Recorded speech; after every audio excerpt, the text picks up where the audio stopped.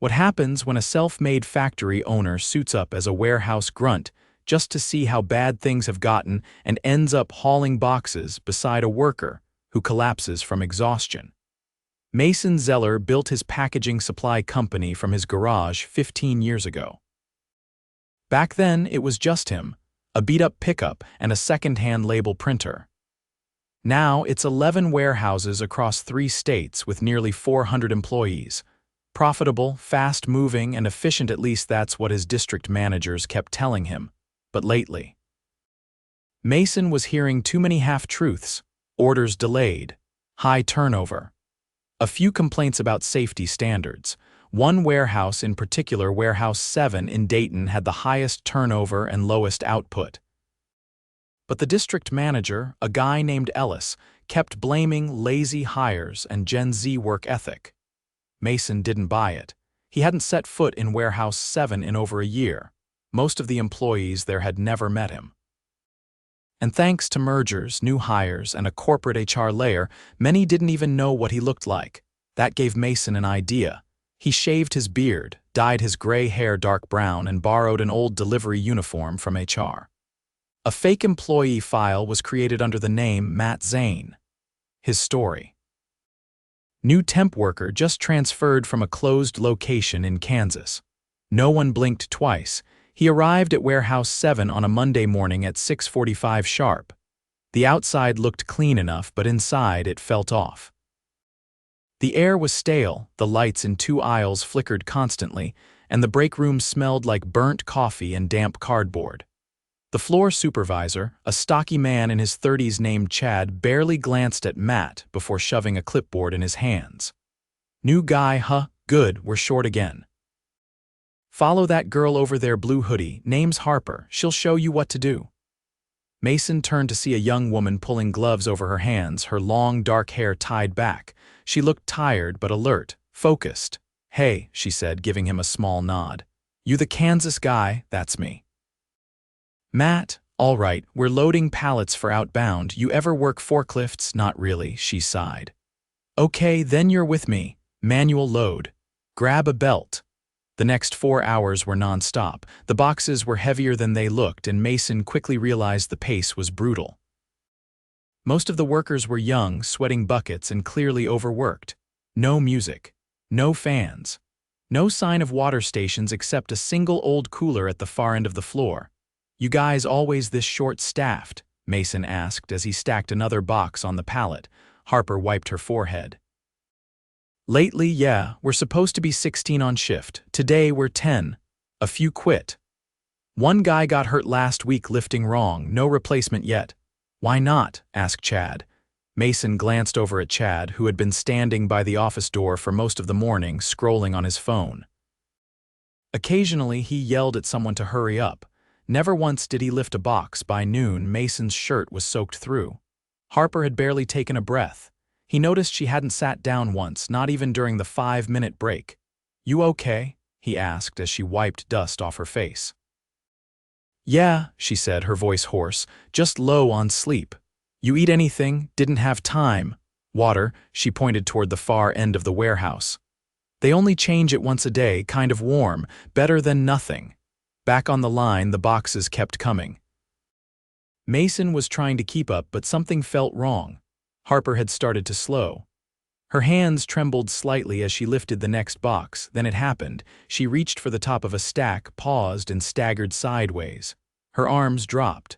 The box slipped from her grip and crashed to the ground. "Hey," her knees buckled and she collapsed right beside the pallet. "Harper," Mason dropped down beside her. Hey, can you hear me?" She was out cold. "Somebody get help," Mason shouted. 2 other workers rushed over from across the warehouse. Chad yelled, "What happened?" "She fainted, man," one of the workers snapped. "She's burning up." Chad walked over slowly, unbothered. "She'll be fine, she does this sometimes." "What?" Mason stood up, furious. "You're telling me she's passed out before and you didn't do anything?" Chad shrugged. "She's tough. Don't baby her, she'll get back up.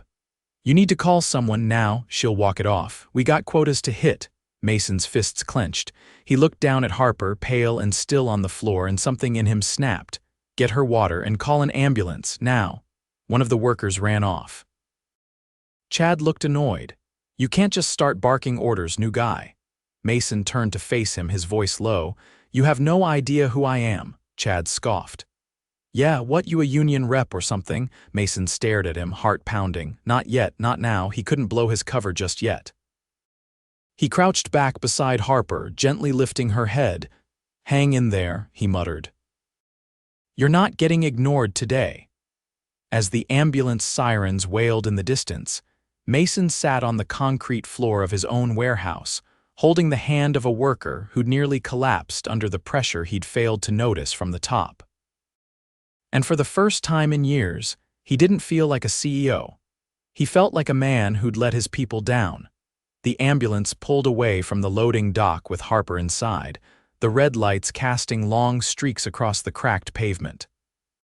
Mason stood off to the side, silent, sweat cooling on his back. No one spoke much after that. The floor crew went back to work slowly, quieter than before.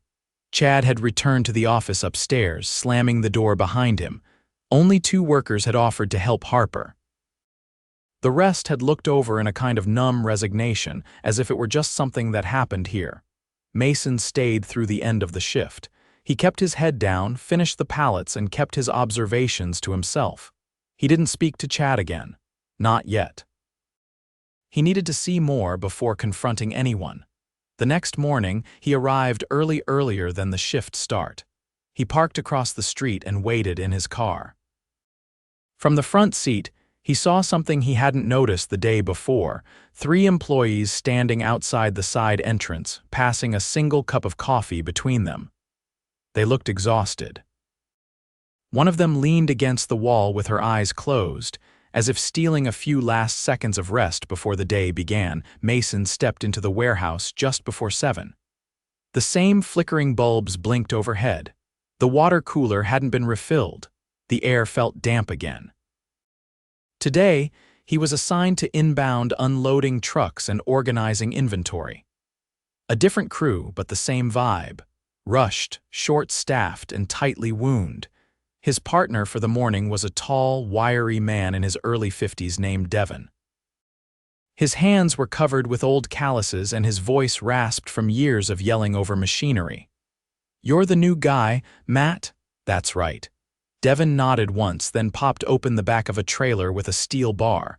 "Hope you're ready to move." "We got 5 trucks today and only 4 of us." As they lifted crates onto carts, Mason noticed Devin moved with practiced efficiency, but stiffly favoring his left side. "You okay?" Mason asked. "I'm fine.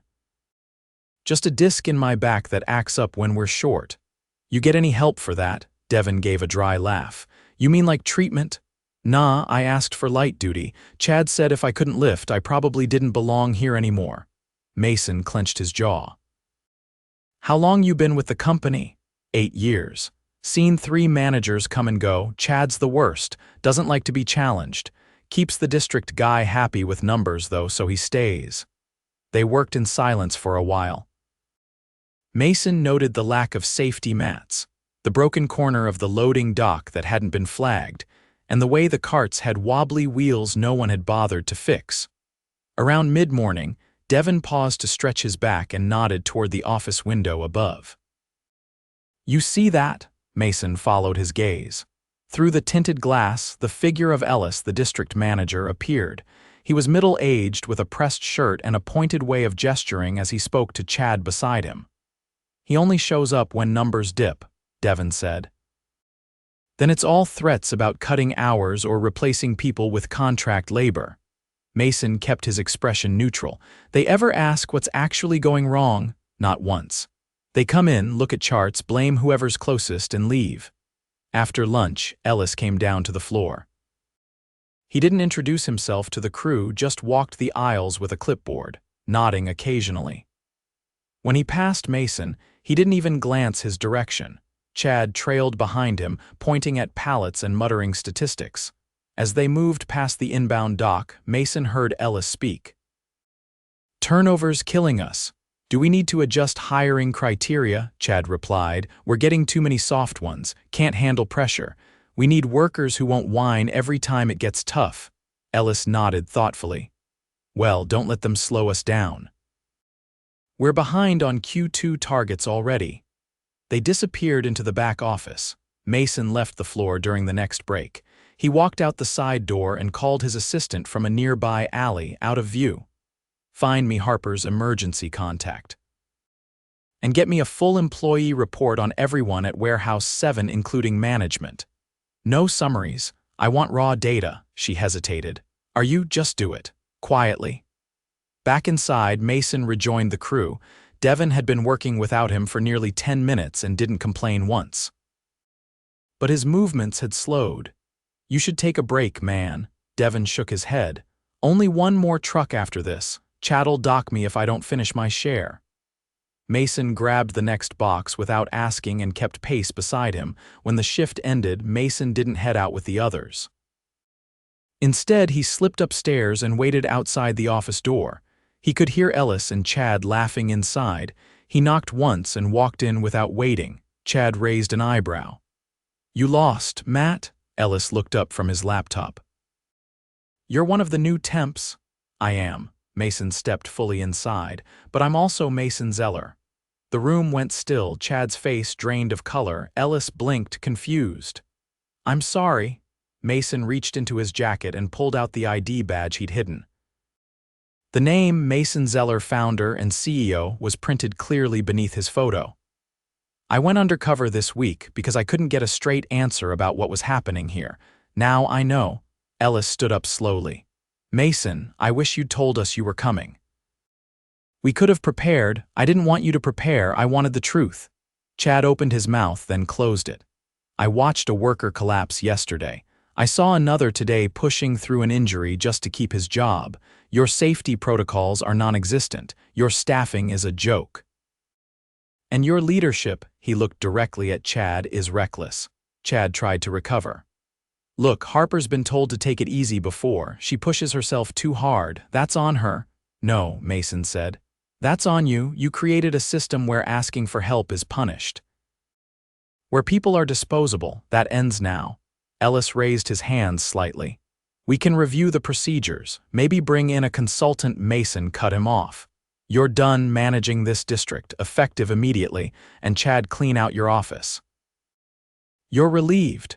Chad stammered. You can't, I just did. He turned and walked out, leaving the silence behind him. Downstairs, the night crew was trickling in. Devon was sitting on a bench, rubbing his back. Mason walked over. I'm going to fix this place, he said. Devon looked up wearily.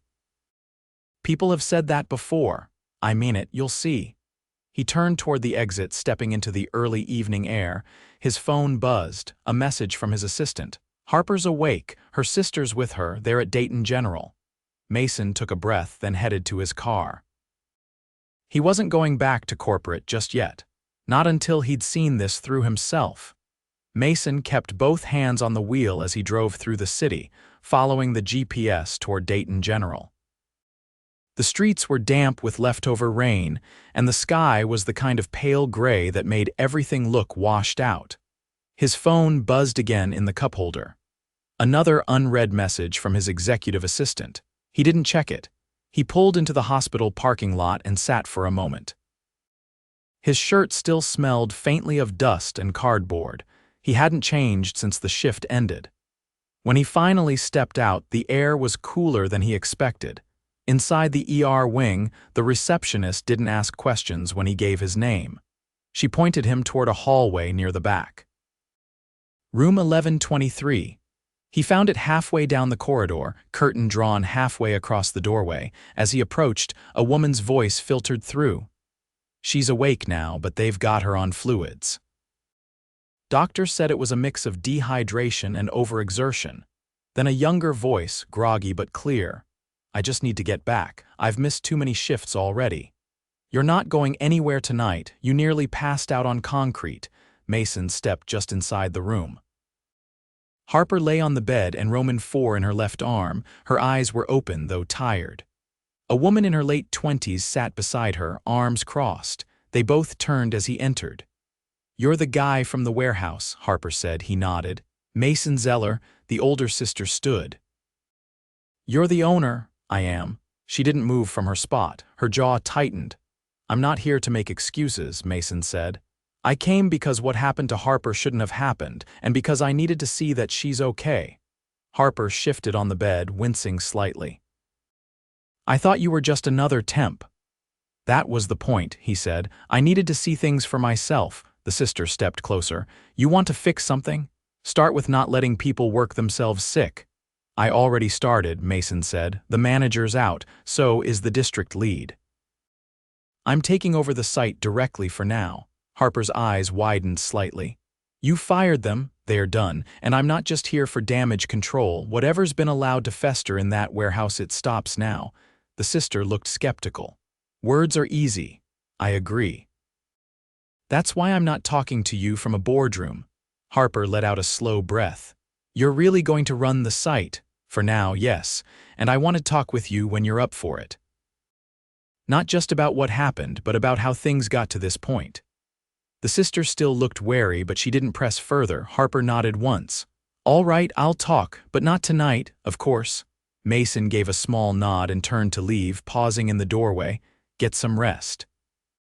We'll hold your spot. No one's docking you for this. Back in the car, Mason made 3 calls. The first was to HR. He needed a temporary on-site liaison with authority to authorize immediate changes. The second was to facilities management. He wanted a full safety audit on Warehouse 7 within 48 hours. The third was to logistics. He needed to know how much flexibility they had in rerouting volume to neighboring warehouses. By the time he returned to the site the next morning, a few things were already in motion. He arrived just after 6 and met with the early shift crew in the break room. There was no formal announcement, no cameras, no podium. Just Mason in work boots and a plain jacket, standing in front of the grimy vending machines. I'm not here to waste your time, he said. I've seen what you're dealing with and I'm not proud of what I found, but I'm here now and I'm staying until it's fixed. No one clapped. A few people exchanged glances. One person, an older woman with a brace on her wrist, folded her arms and leaned back against the wall. I know some of you don't believe anything's going to change, and I don't expect you to trust me because I say the right things. So let me show you instead. He stepped back and motioned toward the side entrance. There's a rep from HR in the office now. Her name's Tasha. If you've got safety issues, harassment claims, anything that's been ignored, she'll take it directly, and she reports to me. Still, no one moved. I also authorized overtime bonuses for last week's shifts. You'll see that reflected in Friday's check. That got a reaction. A few eyebrows raised. A younger guy near the door muttered something under his breath. Mason didn't catch it, but it didn't seem hostile. He added, and one more thing. If anyone's working hurt, I want to know. Effective immediately, we're bringing in a third-party occupational health consultant to review job roles and restrictions. If you've been ignored, that ends today. No one applauded, but the room felt different when he left, less guarded if only slightly. He spent the first half of the day walking the floor again, this time openly. He didn't carry a clipboard. He didn't point at things or make declarations. He asked questions. He listened. Devin showed up for the late morning shift, moving stiffly. Mason approached him near the dock. You shouldn't be lifting today. I know, Devin said, but the shift lead said we're still short. Not anymore. We've got 4 floaters coming in from Columbus starting this afternoon. Devin raised an eyebrow. Just like that? No, not just like that. I pulled 2 off light rotation and 2 from corporate logistics. It won't fix everything, but it should take pressure off until we hire more. Devin leaned on the cart. People are waiting to see if this sticks. They should. Mason stepped back and scanned the floor.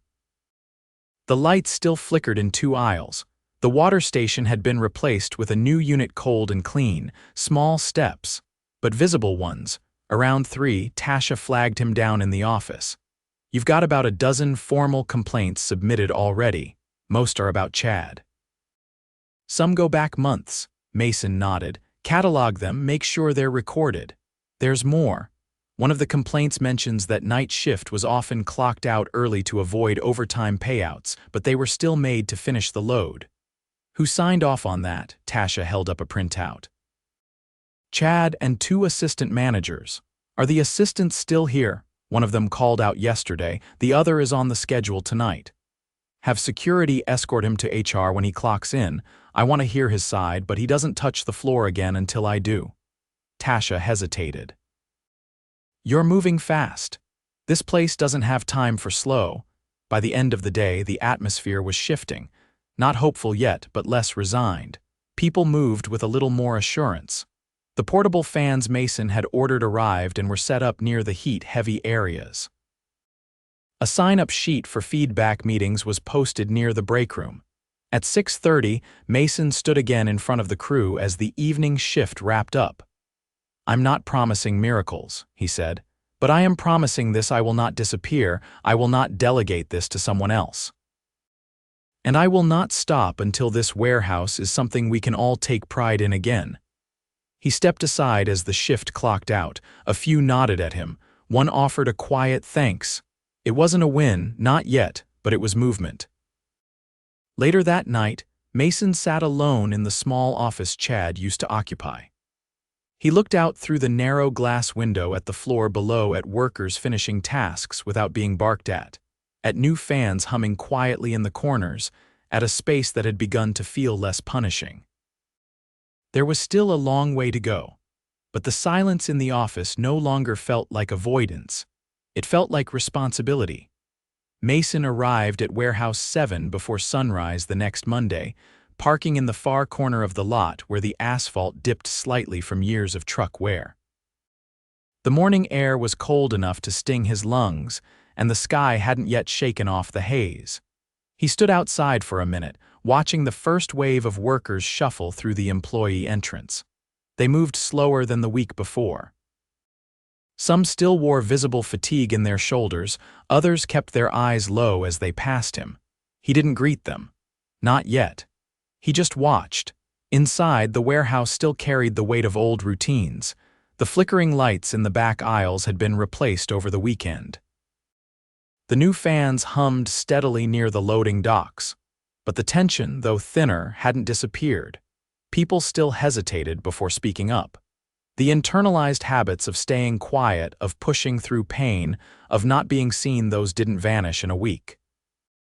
At 7, Mason met privately with the assistant manager who'd been removed from the floor the previous Friday. His name was Colin, a man in his early 30s with the kind of clipped tone that came from years of learning how to say the right thing while dodging responsibility. I didn't clock people out without authorization, Colin said, sitting stiffly in the small conference room. Chad gave the order, I just followed it. You knew it was wrong. I didn't want to lose my job. You kept workers here off the clock. That's theft of time. Colin looked away. That's how it's been done here for a while. Not anymore. Mason didn't fire him on the spot. He suspended him with pay pending further investigation. He wanted the paper trail airtight, no shortcuts, no gray zones. Later that morning, he walked the floor again, not with a clipboard or agenda, but just to listen. Devin was on modified duty now, assigned to inventory logging at a mobile workstation. The new occupational health rep had reviewed his condition and cleared it for 2 weeks. Several others had quietly stepped forward with similar requests. Mason passed a row of outbound pallets and saw a young man rewrapping the corner of a damaged box. He crouched beside him. Wraps torn, the worker said without looking up. Shift before us left this one loose. What's your name, Lewis? You've been here long, 6 months. You thinking about staying? Lewis paused, then stood. His hands were rough from tape burns and a healing scab ran along his forearm. I was planning to leave. I've got a cousin in Columbus who said his warehouse pays better, but my mom's sick. I need to stay local. What would keep you here? Lewis studied him for a moment. Consistency, not having to guess if I'm going to be told I'm too slow every other day. Not having to fix someone else's mess and then get blamed when the load's late. Mason nodded. You'll get consistency, but I need accountability from everyone. That includes calling out problems early, not just fixing them quietly. Lewis gave a small nod and went back to work. By midweek, the first changes started to take hold. not in sweeping statements but in subtle shifts. The HR liaison, Tasha, held private check-ins with each team. Feedback came in waves, some of it raw, some of it hesitant. One worker had been clocking double shifts without reporting fatigue. Another had been quietly covering for a coworker who couldn't read the load sheets. That led to a deeper discovery. Several of the newer hires couldn't read English well enough to follow the labeling protocols, and no one had ever asked. Mason called a meeting with operations and HR that afternoon. "We're posting visual load guides in Spanish and Vietnamese first thing tomorrow. And we're building a training module for supervisors to identify language barriers, not ignore them." One of the HR reps raised a concern. "That's going to take time to implement across all sites." "I don't care how long it takes across all sites," Mason said. "Start with this one, finish here, then expand." That night, he visited Harper at her sister's apartment. The building was on the east side of town, above a discount pharmacy. When the door opened, Harper was standing with crutches under her arms. Her face looked better, less pale, more centered, but her movements were still cautious. "You walking on that?" Doctor said. "Short distances are okay." "I'm not rushing it." Her sister hovered in the background but didn't interrupt. Mason sat on the edge of an old sofa. "I wanted to tell you what's happening. I thought you deserved that." Harper sat across from him, her ankle propped up on a pillow. "I've heard a few things from people still on the floor. Then I'll fill in the rest. Chad's gone, Colin's suspended, we've brought in a safety consultant. Pay reviews start next week. We're rewriting onboarding protocols. And I'm staying on site until the new leadership is fully trained." Harper watched him carefully. "You're not just patching this up, are you? Because that's what everyone expects. Fix it enough to look better, then move on." "I'm not patching anything, I'm rebuilding it." From the floor up, she looked down at her leg. "I passed out because I didn't think I could ask for help. That's not just a broken system, that's a broken culture, I know. Don't just fix the rules, fix what made people afraid to speak." "I am." They sat in silence for a moment. Then Harper asked, "What happens to the next person who speaks up, when you're not around?" "That's why I'm building a structure that doesn't rely on me being there. We're implementing rotating peer audits, monthly safety reviews, a direct line to HR that bypasses warehouse leadership. And I'm installing a feedback kiosk downstairs where reports can be submitted anonymously. Not a suggestion box, a reporting channel." Harper gave a slow nod. "You're serious." "I wasn't before, I am now." As he left the building, he passed a man on the stairwell carrying groceries. He nodded politely, then disappeared into the hallway. Mason stood for a moment outside, hands in his coat pockets, before heading back to the car. Thursday, the new interim floor supervisor arrived. Her name was Renee, a former shift lead from the Louisville site. She was sharp, calm, and had a reputation for handling pressure without losing her crew. Mason introduced her at the morning huddle. "She's here to run the floor, not run over people. Give her your respect and she'll return it." Renee didn't waste time. That morning, she reorganized the inbound schedule to better stagger heavy loads and reduce the peak hour strain by rerouting overflow. She didn't raise her voice once. She didn't need to. By Friday, the warehouse felt different, not fixed, not healed, but steadier. The chaos had been replaced by structure, the silence by cautious dialogue. Workers who'd stayed silent for months now asked questions. Others watched, measuring if this change would hold. At 5:30, Mason stood in the back corner of the warehouse, near the emergency exit where he'd first seen Harper collapse. The floor was quieter now. The last pallets were being sealed and Renee was talking with a small group near the dock. Tasha walked up beside him, holding a clipboard. "You sticking around another week?" "No, I'm leaving Monday. You trust it's ready to stand. It's not ready to run, but it doesn't need me hovering anymore. It needs consistency." She flipped through her notes. "Anything you want me to pass along to the corporate team?" "Yeah." "Tell them the next time they want to understand what's happening on the ground, they should come stand on it." As the last warehouse door rolled down, Mason walked toward the exit, not as a man escaping a mess, but as someone who'd finally stepped into it. He didn't leave with applause. He didn't need to. He left with the weight of something repaired the right way, not quickly, not loudly, but thoroughly. From the inside out.